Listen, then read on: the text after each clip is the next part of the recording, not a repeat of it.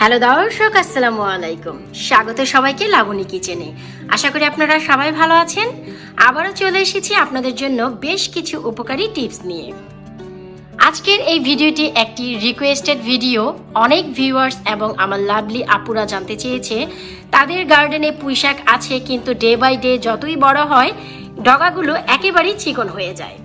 মাশাআল্লাহ, আমি একটু দেখাচ্ছি, দেখুন যে পুঁইশাকের ডগাটি কত মোটা এবং সতেজ আছে। আর যত উপরের দিকেই উঠুক না কেন ডগাটি একেবারেই মোটা এবং সতেজ হয়ে ওঠে। এর জন্য অনেক বেশি পরিশ্রমের প্রয়োজন হয় না, তেমন কাঠখড় পোড়াতে হয় না। খুবই সিম্পল ওয়েতে একটু যত্নের মাধ্যমে এই গাছগুলোর ডগা এত মোটা বানানো যায়। আমি চেষ্টা করেছি A to Z আপনাদের সাথে টিপসটি শেয়ার করতে, এতে করে বুঝতে পারবেন কিভাবে পুঁইশাকের এই ডগাগুলো এন্ড পর্যন্ত একেবারেই মোটা মোটা থাকবে। পুঁইশাক খেতে পছন্দ করেন, আশা করব আজকে এই ভিডিওটি আপনাদের অনেক উপকারে আসবে। চেষ্টা করেছি আমার গার্ডেনে এবং গার্ডেনে গাছপালা নিয়ে যেসব যত্ন আমি করি তা সব আপনাদের সাথে শেয়ার করতে। তাই ভাবলাম আমি যে কাজটি করব অবশ্যই আপনাদের সাথে শেয়ার করা জরুরি, কারণ আজই আমি আমার এই গাছের জন্য কিছু নতুন টিপস অ্যাপ্লাই করতে যাচ্ছি, যা আমি বরাবরই করি কিন্তু আমার লাভলি ভিউয়ার্সদের সাথে শেয়ার করা হয়নি। যদি ভিডিওটি আমি শেয়ার করি হয়তোবা আপনাদের সবার উপকারে আসবে। একটু লক্ষ্য করলেই দেখবেন যে পুঁই গাছের যে ডগা কত বেশি সতেজ ও মোটা মোটা, আর এর পিছনে আমার তেমন কোনো পরিশ্রম নেই। তো চলুন একটু ঘুরে দেখে আসি এই মোটা মোটা পুঁই ডগা বানানোর জন্য আমি কি পরিশ্রম করি এবং কি অ্যাপ্লাই করি। আশা করব আপনাদের ভালো লাগবে। পর্যাপ্ত পরিমাণ পানি দিয়ে আমি চালটি খুবই ভালো করে ধুয়ে নিচ্ছি, যেন এই চালের গায়ে লেগে থাকা সবগুলো স্টার্চ এই পানিতে চলে আসে।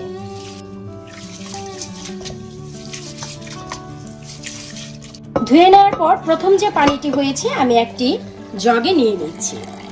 এখন আমি যে কাজটি করছি, আমাদের সবার বাসায় কম বেশি এইরকম আইস কিউবার থাকে। আমি এই যে পানিটি নিয়েছি, এই পানিগুলো আইস কিউবারে নিয়ে নিচ্ছি। এখন এই ট্রেটি ধরে সরাসরি রেখে দিব ডিপ ফ্রিজে। 2 ঘন্টা পরে আমরা আমাদের চাল ধোয়ার পানিটি ডিপ ফ্রিজ থেকে বের করে নিয়েছি। একটু লক্ষ্য করেই দেখবেন যে একেবারে সম্পূর্ণ জমে গেছে।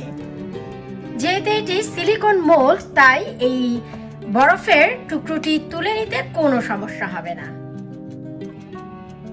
একেবারে নিচের দিকে সব জমে গেছে আমাদের চাল ধোয়ার পানিটি। তো সবগুলো আমি একটি একটি করে তুলে নিচ্ছি।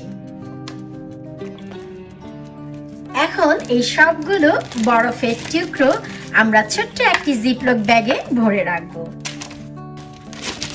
ব্যাস, আমাদের কাজ শেষ। এবার এই যে ব্যাগ, এই ব্যাগটি ধরে আমরা আবারও রেখে দেব ডিপ ফ্রিজে। যখন প্রয়োজন হবে আমরা অনায়াসে এই পানিটি ব্যবহার করতে পারবো, কারণ যখন গাছের জন্য প্রয়োজন হয় ঠিক তখনই কিন্তু আমাদের হাতের কাছে চাল ধোয়ার পানিটি থাকে না। এবার চলুন আমরা দেখে আসি যে আমরা এই চাল ধোয়ার পানিটি কিভাবে কাজে লাগাচ্ছি। তেমন কোনো কিছু করণীয় নেই। এই যে মাটি দেখছেন, আমরা এই মাটির উপর এই যে চাল ধোয়ার বরফের টুকরো জাস্ট এভাবে করে রেখে দেব। এখন প্রশ্ন হচ্ছে যে আমরা কেন এই চাল ধোয়ার পানি আমাদের গাছে ব্যবহার করব এত প্রকারের সার থাকা সত্ত্বেও? জি, ইটস এ গুড কোয়েশ্চেন। সবার মনে এই প্রশ্নটি আসা স্বাভাবিক, তবে আমি একটু বলে দিচ্ছি যে আমরা কেন ব্যবহার করব। এই চাল ধোয়ার পানিতে রয়েছে নাইট্রোজেন, আছে ফসফরাস, আরও আছে পটাশিয়াম। শুধু তাই নয়, এতে আদার্স মাইক্রো এলিমেন্টসও রয়েছে, যা আমাদের গাছের গোড়াকে অনেক বেশি শক্ত করে, অনেক মজবুত করে এবং পাতাগুলো অনেক বেশি গ্রিনিশ অনেক সবুজ করে এবং ডগা পাতা অনেক বেশি মোটা মোটা করে।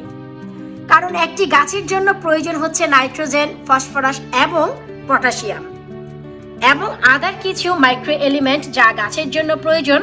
আর এই জিনিসগুলো যদি চাল ধোয়ার পানি থেকে আমরা ন্যাচারালি পেয়ে যাই, আপনারাই বলুন এর উপকারিতা কত হতে পারে। আশা রাখবো আজকে আমার এই ভিডিও টিপসগুলো আপনাদের ভালো লাগবে। ভালো লাগলে আপনাদের ভালোবাসায় আমাকে স্মরণ রাখবেন। আর যদি নতুন কোনো তথ্য জানতে চান অবশ্যই কমেন্ট বক্সে কমেন্ট করবেন, আমি তারও উত্তর দেওয়ার চেষ্টা করব। অবশ্যই আমি সবাইকে বলবো যারা আমাকে ভালোবাসেন, আমার গার্ডেনিং ভালোবাসেন, গার্ডেনের ভিডিও ভালোবাসেন, অবশ্যই তারা সবাই একবার আমার কুকিং চ্যানেলটি ঘুরে দেখে আসবেন এবং আমাকে জানাবেন যে আমার কুকিংয়ের রেসিপি আপনাদের কেমন লাগে। তাছাড়া আমার চ্যানেলে এই পুঁই শাক দিয়ে অনেক মজার মজার রেসিপি আছে, একবার প্লিজ ঘুরে দেখে আসবেন। বিদায় নিচ্ছি আজকের মতো, আল্লাহ হাফেজ।